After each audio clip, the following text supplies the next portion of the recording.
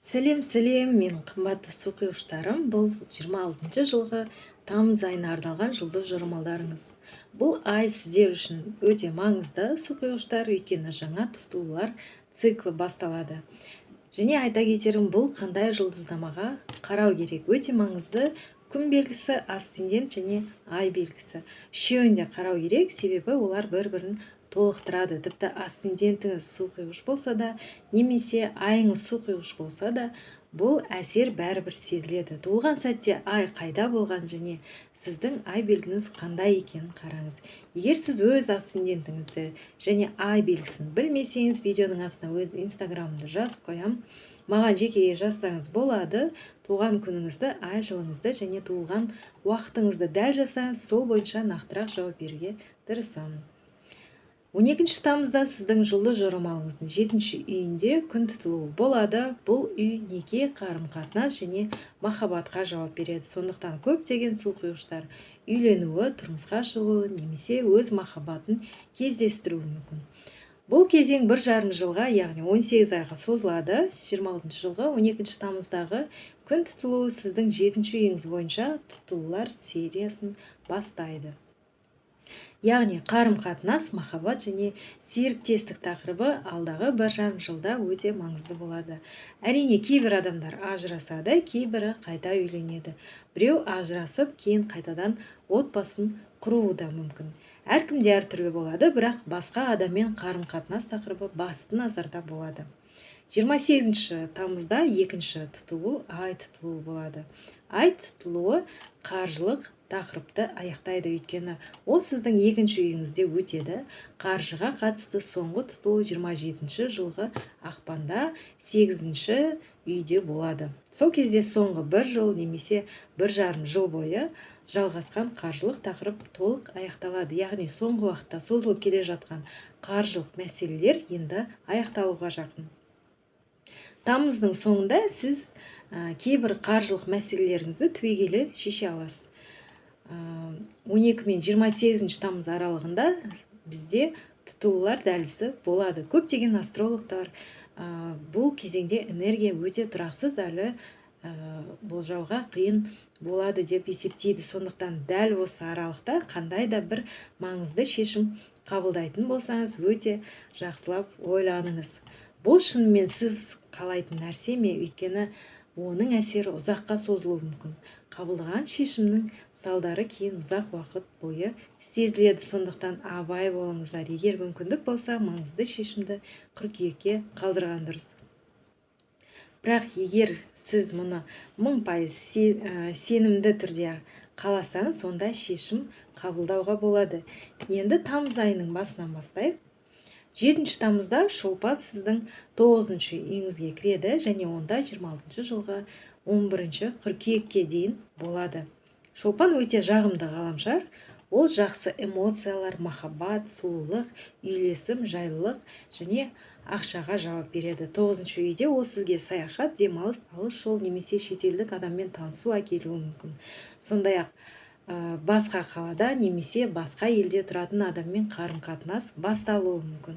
Виза алу, шетел паспортына құжат тапсыру сияқты істер де осы кезеңде сәтті өтуі ықтимал. 9-ші үй жалпы барлық шетелдік нәрселерге жауап береді. Сонымен қатар бұл білім беру үйі. Емтиханды жеңіл тапсыру, оқуға түсу немесе заңдық құжаттарды рәсімдеу мүмкіндігі бар. Мүмкін шетелдегі туыстарыңыздан сыйлық, гүл немесе сәлемдеме аласыз. Шолпан 9-ші үйде болғанда адам танымал болып, көпшілікке көрінуі мүмкін. Бұл бедел мен танымалдылықтың көрсеткіші. Мүмкін әдемі қонақ үйге барасыз, басқа халықтық асханамен танысасыз, немесе жаңа мәдениет пен дәстүрлерді көресіз. Грузияға, Өзбекстанға немесе мүлде жаңа бір жерге сапар шегуіңіз мүмкін. 9-ші үй әрдайым жаңа нәрсені үйретеді. 10 тамызда Меркурий сіздің 7-ші үйіңізге кіреді. Дәл осы үйде 12 тамызда күн тұтылуы болады. Меркурий жаңалықтар, ақпарат, танысу, хат, қоңырау, маңызды хабарлама сізді маңызды адаммен кездестіріп, хабарлама алып немесе келіссөз жүргізе аласыз. Жетінші үй келісім шарттар мен мәмілелерге де жауап береді. Жұмысқа орналасу туралы келісім, үй, пәтер немесе көлік сатып алу, сату құжаттары болуы мүмкін. Меркурий бұл үйде 26 жылғы 10 мен 26 тамыз аралығында болады. Осы 2 аптада сіз жұмыс шартына, жылжымайтын мүлік мәмілесіне немесе басқа бір маңызды келісімге қатысты мәселелермен айналысуыңыз мүмкін. Келіссөздер күрделі біреумен саудаласуыңыз да ықтимал. 12 тамыздағы күн тұтылуы сіздің қарым-қатынас, неке және тіпті ажырасу секторында өтеді. Қарым-қатынасыңыз өзгеруі мүмкін. Жаңасы басталады, бірге тұру туралы шешім қабылдайсыз, немесе керісінше бөлек кетесіз. Мүмкін жүктілік туралы хабар еститін боласыз. Құда түсу, үйлену туралы ұсыныс, неке қию немесе неке қию рәсімі болуы мүмкін.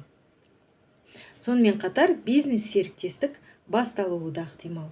Біреумен бірге бизнес ашу немесе ірі компаниямен сәтті келісім шартқа отыру мүмкіндігі бар. 7-ші үй басқа адамдар, достар және айналаңыздағы орта. Сіздің ортаңыз айтарлықтай жаңаруы мүмкін. Жаңа адамдар, жаңа туыстар, жаңа әріптестер пайда болуы да ықтимал. Мүмкін жұмысқа жаңа заңгер, бухгалтер немесе басқа маман аласыз. Егер көшсеңіз немесе жаңа жұмысқа ауыссаңыз, ортаңызда өзгереді. Бірақ қалай болғанда да жеке қарым-қатынас тақырыбы соқиғыштарда міндетті түрде белсенді көрінеді. Дәл осы күні 12 тамызда Марс сіздің 6-шы үйіңізге кіреді. 6-шы үй жұмыс, күнделікті режим, міндеттер және шешілетін мәселелер үйі. Марс бұл жерде белсенді әрекет етуді көрсетеді. Сіз бір нәрсені жөндейсіз, ұйымдастырасыз, құжатпен жүгіресіз, іс бітіресіз. Үйде жөндеу басталуы мүмкін, немесе жұмыстағы мәселелерді шешумен айналысасыз. Іс-сапар, көлікпен байланысты жұмыстар, бір нәрсені тасымалдау немесе жеткізу де ықтимал. Өйткені Марс көлікпен де байланысты. Марс спортты да білдіреді. Сіз көбірек жаяу жүріп, спортпен айналысып, энергия жұмсай бастайсыз. 6-шы үй денсаулыққа да жауап береді. Стресс деңгейі мен оның денсаулыққа әсері осы үй арқылы көрінеді. Мүмкін операцияны жоспарлап жүрсіз, анализ тапсырасыз, тексеруден өтесіз, немесе дәрігерге қараласыз. Яғни өзіңізге көбірек көңіл бөле бастайсыз. 24 тамызда күн сіздің 8-ші қаржы үйіңізге кіреді. Бұл жерде табыс, жаңа клиенттер, банктерден, сақтандыру компанияларынан, салық органдарынан келетін ақша, алимент немесе мұраға қатысты жаңалықтар болуы мүмкін. 26 тамызда Меркурий де осы 8-ші үйге кіреді. Сондықтан тамыздың соңғы аптасы қаржылық мәселелерге толы болады. Мүмкін пайда түседі, немесе қаржылық құжаттарды рәсімдеу қажет болады. Меркурий құжаттар мен келіссөздерді білдіреді. 8-ші үй басқа адамдардың ресурстары. Жұбайыңыздың жалақысы, ата-ананың көмегі немесе ортақ қаржы туралы сөз болуы мүмкін. Егер ортақ бизнесіңіз болса, біреумен бірігіп, қаржы құйып, ортақ шешім қабылдайсыз. Салық төлеу, шот жабу, қарыз мәселелерін реттеу сияқты істер де осы кезеңде жүреді. Ал 28 тамыздағы ай тұтылуы сіздің 2-ші үйіңізде болады. Бұл үй ақша, табыс, жалақы және күнделікті өмір сүретін қаражат көзі. Ай тұтылуы қандай да бір қаржылық жағдайды анық көрсетеді. Ол жұмысты ауыстыруы, қызметтің өсуін, қызметтің бағасының өзгеруін немесе табыс көзінің ауысуын көрсетуі мүмкін. Мысалы, бұрын сізді жұбайыңыз қамтамасыз етіп келсе, енді өз бизнесіңізді ашасыз, немесе ата-анаңыз көмектесіп келсе, енді өз бетіңізше табыс таба бастайсыз. Шәкіртақы алып жүрсеңіз, оқу аяқталған соң ол тоқтауы мүмкін. Мұра алу немесе ірі қаржылық шешім қабылдауы да ықтимал. Мүмкін бір жобаны аяқтап, сол үшін ақша аласыз.